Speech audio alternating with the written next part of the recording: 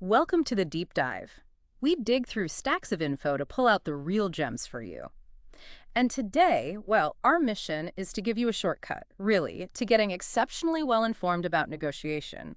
We've got this great source material here. It's a deep dive called Management English Negotiating, and it's just packed with, practical scripts, key vocab, useful phrases, even some really surprising cultural insights. It really is. And this dive, it won't just tell you what to say, but crucially, why it works. It gives you that context, the context you need to handle those complex chats with, well, with confidence.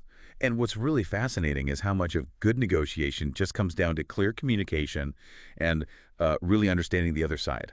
Okay, yeah, let's Yeah. unpack that right from the start. Our source really hammers home this critical step before you even say a word in a negotiation. Understanding your customer. It talks about defining customer personas. What jumped out at you there? Well, what struck me was the leverage it gives you. I mean, the source actually claims that if you clearly define these personas, you can cover something like, what, 80% of your potential business? 80%. Yeah, think about that. Think of all the wasted effort, the miscommunications you avoid by not trying to be everything to everyone. Yeah, that makes sense. It gives a really clear example too, using a store like Zara. It defines stylish Sandra. She's a professional woman, 20s or 30s, city center, wants regular updates for work clothes, fashionable, but, reasonably priced. Right, very specific. It feels so clear when you see it laid out like that. And, while Sandra feels intuitive, what the source really stresses, maybe even more powerfully, is knowing who is not your customer. Ah, right. The flip side. Exactly. Knowing who you don't want to target, like throwaway Teresa, under 20 or over 40, doesn't need smartwear, just wants cheap casual stuff. Yeah. Defining that helps you learn to focus your whole approach. It's about understanding their whole journey, isn't it? Their experiences, their feelings, even if they don't end up buying from you. Precisely. It informs everything. Okay, so you've done the prep, you understand the personas. Now, setting the stage, the agenda. The source gets really practical here, doesn't it? Giving actual phrases. Yeah, and these aren't just, fluffy pleasantries. They're strategic tools. The material shows how to welcome people, make introductions, set the agenda with real purpose. Like using phrases such as, before we begin, shall we have a look at the main points on the agenda? Or, I'd like to outline our aims and objectives. It sets a clear professional tone right away. And then it moves into the core part, right? Making proposals. Things like, thank you, I would like to propose that. Yeah, or asking for agreement in a way that encourages cooperation, like, Yeah. would it be acceptable to you? It's inviting, not demanding. It also gives you ways to respond to suggestions, which I thought was useful, like keeping the conversation going even if you're not fully on board yet. Exactly. Phrases like, from where I stand, I think a better solution might be. Or, perhaps a better solution will be. It keeps things constructive. And crucially, how to disagree without shutting things down. That's a real skill. hmm Using things like, sorry, with respect, I'm not sure I can agree on this. It's soft, but clear. Okay, so we've covered the welcomes, the proposals, the polite disagreements, but negotiation isn't always smooth sailing, is it? Definitely not. What happens when you hit those rough patches, when you really need to bargain hard? Well, that's when clarity becomes absolutely critical, even if the message is tough. The source doesn't shy away from that. It gives direct examples. Right. Like, Pete, I'm sorry. I'm afraid we can only go down to 20 euros per piece. Or, stating your absolute limit. Our absolute bottom line is 10 euros per piece, subject to a minimum order of 10,000 pieces. Wow, that's direct. No ambiguity there. None. It shows that directness is important, even when delivering news the other side might not like. It avoids confusion later. And it covers other tricky situations too, like needing to delay a decision. Right, with something like, please can we get back to you next week? Buys you time, politely. Or interrupting someone without derailing things. Please excuse me for interrupting. Yeah, or correcting information professionally. Actually, Jeff, that is not quite what I had in mind on this issue. Firm, but still respectful. And then wrapping things up smoothly. How do you end it well? The source gives clear guidance there, too.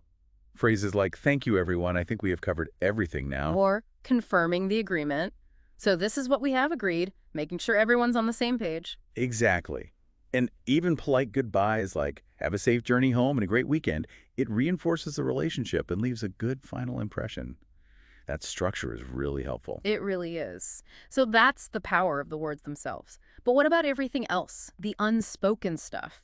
The source dives into cultural differences, which seems absolutely vital for international deals. Oh, absolutely vital. Understanding these nuances, I mean, it can genuinely make or break a deal. It's that important. Like the example about the word will. That really caught my eye. Yeah, that's a classic. The source says be extremely careful with will, suggests using would, could, should, if instead. Why? Because some cultures hear "I will" and assume it's conditional, even if nothing's stated, while others take it as a rock-solid promise. Precisely. Imagine the misunderstandings if you get that wrong. You're off on the wrong foot immediately. And punctuality, we might think on time is universal, but it's really not, is it? Not at all. It varies hugely. The safest bet, the source says, be a bit early. And always, always apologize if you're late. Shows respect. What about silence? That was another fascinating point. Huge cultural differences there. In the U.S., for example, silence often feels awkward. People rush to fill it. Right. Yeah, I can see that. But in Japan, silence can be a strategic tool, a way to encourage the other side to maybe reveal more or just to consider things more deeply. It's about leveraging that pause. It's like a different kind of communication. And then there's the nod to science, Dr. Paul Ekman's work on microexpressions. Yeah, those tiny, fleeting facial expressions. Anger, happiness, surprise, they're supposedly universal. The source suggests they can be indicators, right? Not guarantees, but little clues about how someone might be feeling. Exactly. It's about adding a layer of observation. Being more attuned, but not jumping to conclusions. You're not suddenly a mind reader. Right. Heightened awareness, not assumption. Okay, and moving on to the language itself, the specific vocabulary. Our source is like a gold mine here. It really is. Terms like hook something to grab attention or red herring, an intentional distraction. Understanding these helps you see the strategy underneath the conversation. Or cherry picking, just taking the bits you like. Yes.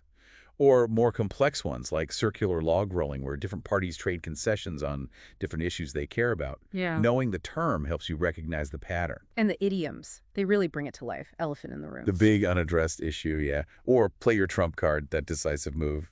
Put the cart before the horse, doing things in the wrong order. These phrases just perfectly capture common negotiation pitfalls, don't they? You really do. Or think about sweeten the deal or sweeten the pot, adding a little extra to make an offer more tempting. Or maybe sometimes you have to twist someone's arm a bit, persuade them when they're reluctant. Right. And ideally, all this leads to a win-win situation where everyone feels they've gained something positive. Which ties into phrases like meet someone halfway, showing flexibility. And the whole idea of give and take, Yeah. that collaborative spirit is often key. You know, this deep dive, it really reframes negotiation. It's not just a one-off battle. It's more like an ongoing process, isn't it? Absolutely. The source really emphasizes that trust isn't built overnight, especially across different cultures. It takes time. And that consistency is what works in the long run, just delivering on what you promise. That's the core message. And also, crucially, knowing when it's smart to back down or yield on a point, it's not weakness. It's often strategic thinking. Yeah, that phrase really stuck with me.